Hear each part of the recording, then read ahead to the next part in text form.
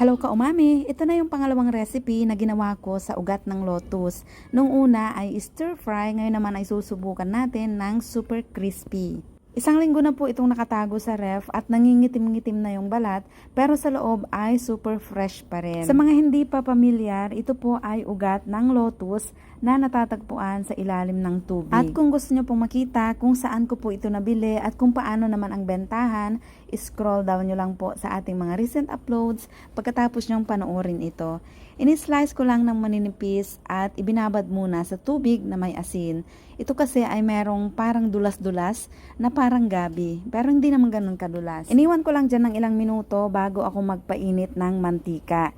Ito yung gagamitin nating pampa-crispy. Dito sa isang mixing bowl, meron tayong isang cup ng all-purpose flour, isang cup ng cornstarch, kaunting ground pepper, meron ding garlic powder, seasoning at paprika. Lalagyan natin ito ng malamig na tubig at gradually ko itong dinadagdag-dagdagan at hinahalo-halo hanggang sa makuha natin yung ganitong consistency. Hindi gaanong malapot, hindi rin naman gaanong basa. Naglagay na ako ng slice lotus root na kasya sa aking kawali. Pinatuluan ko lang at inilagay ko na sa napakainit na mantika. Pinirito ko lang ito hanggang sa mag golden brown at binaliktad. Kung nanonood pa rin po kayo hanggang ngayon, paki-comment naman kung taga saan po kayo para malaman ko kung saan nakakaabot ang ating mga videos. Maraming salamat po. Shout out po at maraming salamat kay Sir Rolando and Rolly Carlos and family from Amaklan, Girona, Tarlac. Nakafollow po kami sa inyo at napapawaw po kami sa mga video nyo, lalo na pag nasa palengke kayo. Ingat. Maraming salamat po. At nakakarating na rin pala sa Tarlac ang ating mga video. Thank you so much mga kaumami na sumusuporta, laging nanonood, nagsishare at nagko-comment. Na-appreciate ko po ang bawat isa sa inyo. At ito na po yung itsura ng ating crispy fry lotus root. Napakaganda ng design. Akalain mong chichirya na ginawa sa isang factory.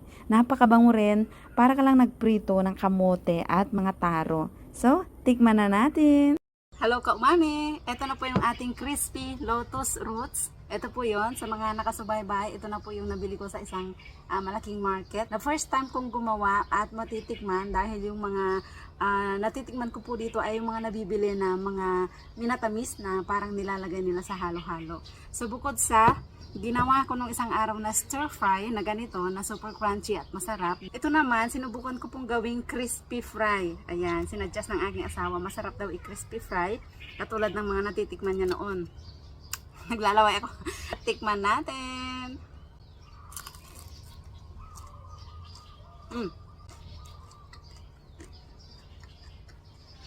Hindi po siya crispy sa loob. Makunat-kunat siya na nararamdaman mo pa rin yung crunchiness niya. Pero sa mga edges niya sa labas ay crispy. Nalasang may pagka-pritong patatas, may pagka-prinitong taro. Yan. Taro fries. Ganun po yung lasa niya. At masarap yung timpla natin kaya lalo siyang sumarap. Yung amoy niya, wala namang gaanong amoy. Parang mga pritong kamote lang. Ang dami po dahil kanina po humihingi yung aking mga anak habang napiprito ako.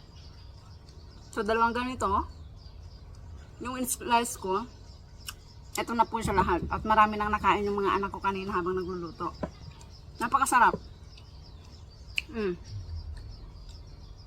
Maraming nag-comment na wala daw lotus root sa atin na itinitinda. At yung recipe po ay para dun sa mga nag-comment din ng mga kababayan natin na nasa China, nasa Taiwan, nasa Singapore, Hong Kong. Doon daw sila nakakatikim ng ganito, ng lotus root for soup naman at mga stir fry, yung iba steam. Ayan, itry nyo din po ang crispy fry. Sarap. Masarap pang snack siguro ito habang nanonood.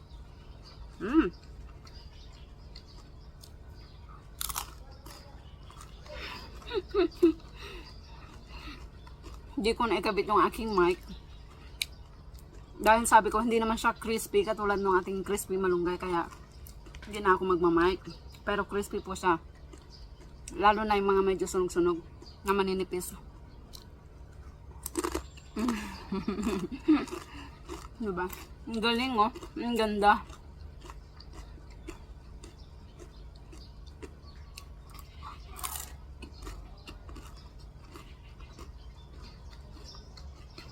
Masarap. At no need na po ng sausawan. Lalo na ang mga anak ko ho ay may hindi mahilig sa sukang sausawan. Gusto nilang pinapapak na ganito lang. Ang galing ano.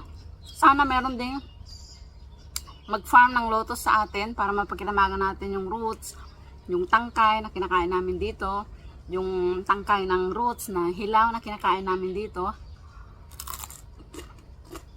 at yung buto. Ang lotus ay isa din sa mga pangunahing gulay dito sa Thailand. Yung lagi nakikita sa mga palengke. Ang galing, no? Malinam-nam-nam-nam siya. Malinam-nam-nam-nam siya. Paulit-ulit. Malinam-nam po siya. Ha.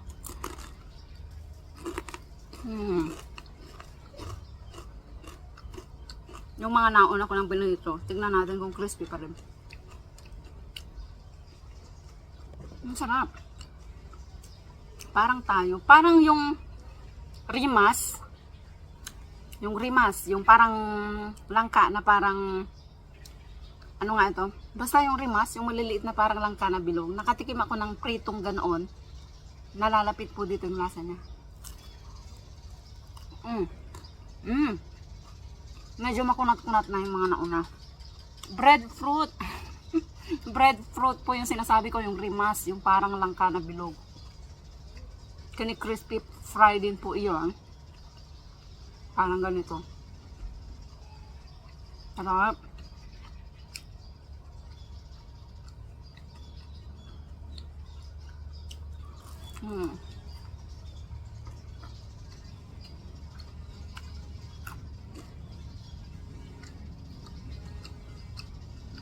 Tuwa-tuwa na naman ako dahil meron na naman tayong naluto na kakaibang pagkain na first time nating ma-try at nagustuhan.